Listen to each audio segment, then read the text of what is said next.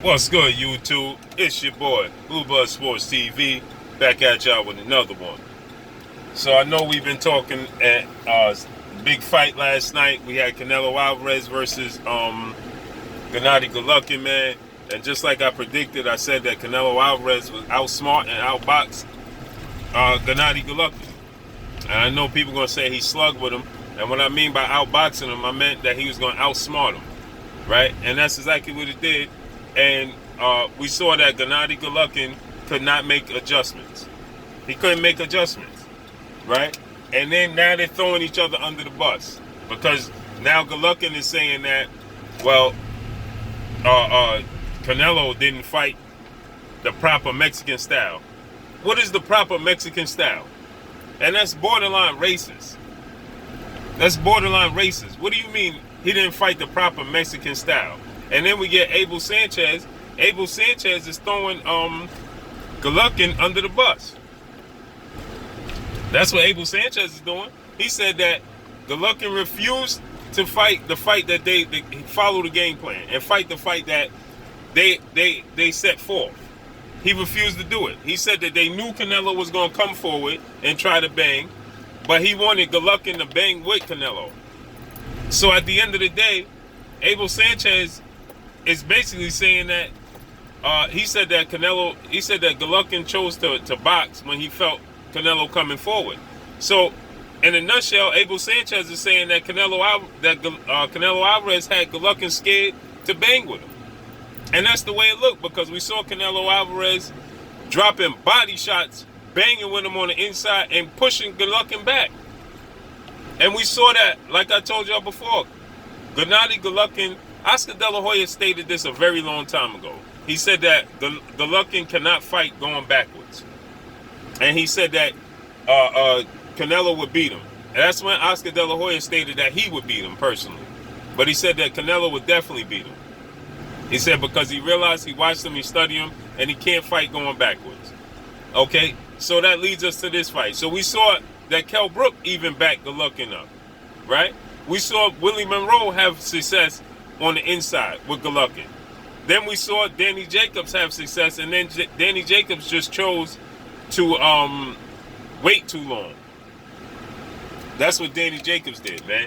He showed Golovkin too much respect early on instead of just giving him that work and that action immediately. He gave him too much respect, and by the time he decided, listen, I could take it on the inside with this dude, by the time he did that, it was too late. And then the knockdown, then he tried to switch stands coming out of the exchange and got caught and got knocked down. And that knockdown proved to be, to me, the difference in the fight. That proved to be the difference in the fight. That knockdown.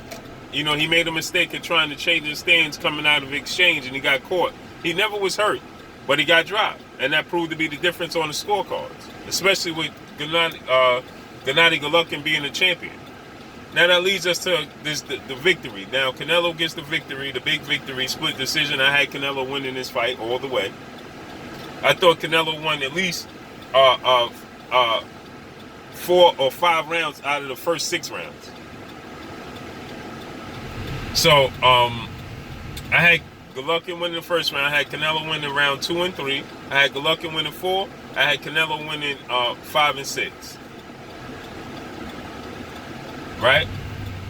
So I had him winning 4 out of the first 6 rounds, because Golovkin showed him too much respect.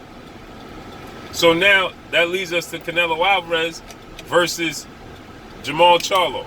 Should he honor and because Jermall Charlo is the mandatory for the WBC strap. Now we need to get that fight. That's the bottom line, man. We need to get that fight. But one thing I want to say about that is, let me tell y'all this. After I watch Canelo, he gets better and better every fight. We got to remember how young he was, how early he started. And he gets better and better every fight. And I truly believe at this point in time that that's a 50-50 fight. And I wouldn't be surprised if Canelo Alvarez wins that fight. I think that, you know, we know that Canelo Alvarez is not going to fight till May, because he fights September and May, Mexican Independence Day weekend, which is September. and then we know he fights Cinco de Mayo in May, right? So I believe that you know, from now to May, maybe Jermall Charlo could get in 2 fights. Definitely one. He definitely could get 1 fight in. Definitely, without a shadow of a doubt, he could get 1 fight in, right? Which is, he could get 1 in by November, December. You know, if he get 1 in by November, you know, I definitely think that he's going to need, because he's been fighting light touch type of fighters. He's been fighting light touch type of fighters. So, you know, I definitely think that he need to have a tougher opponent, because Canelo Alvarez, a lot of people just overlook Canelo Alvarez because he was in some close fights and he lost to Floyd Mayweather. He was in a close fight with Erislandy Lara, and then he lost to Floyd Mayweather. And then, you know, at some point in time, we had Amir Khan was beating him, right? Up until a certain point, Amir Khan was having success with him, right, in that fight. So I think a lot of people just overlook, and not to mention his stature comes into play.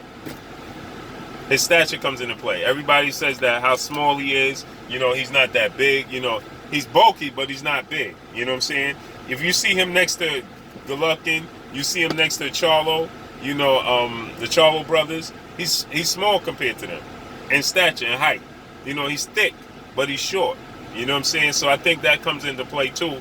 And not to mention, I think that people just automatically think because Charlo's has knocked out his last couple of opponents, they just feel like he's just a superior fighter, which I'm leaning towards Charlo winning that fight, Jermall Charlo that is. But I wouldn't be surprised if Canelo Alvarez win. Canelo Alvarez, that's a 50-50 fight, people. I'm here to tell you. I know a lot of people are going to be upset, and a lot of people are going to feel a certain kind of way, but at the end of the day, that's a 50-50 fight. Canelo Alvarez is a dog. Canelo Alvarez got boxing skills. And we've seen that Jermall Charlo had issues with Austin Trout. So don't be surprised if Canelo Alvarez win that fight, man. But that's definitely a 50-50 fight. And granted, Austin Trout was a southpaw. Canelo was an orthodox fighter. But Canelo has more pop. He has more dog in him than Austin Trout. And we saw Jermall Charlo struggle with Austin Trout, you know, and as well as Canelo did. But at the end of the day, man, Canelo have dog in him. Triple G is way bigger than Canelo Alvarez. And he showed that dog in both fights. The first fight he faded, he got tired, he fatigued. Second fight, man, he fixed it. He fixed his flaws, went in there, and he was a dog. So don't be surprised if Canelo Alvarez was to beat Jermall Charlo. Not saying that it's a foregone conclusion. I'm just saying that it's a 50-50 fight. So that's all I got, man. Drop a comment in the comment section. Let me know what y'all think. It's your boy Blue, Blue Blood Sports TV. Hate, like, comment, and subscribe. If you haven't subscribed, hit the subscribe button, hit the like button, hit the bell icon to get all the new notification. Follow me on Instagram at Blue Blood Sports TV, all one word. Y'all already know what it is. Shouts out to the entire LDBC. Shouts out to New Media. Shouts out to Black Media Row. It's your boy Blue. Make sure you like and share these videos. Peace.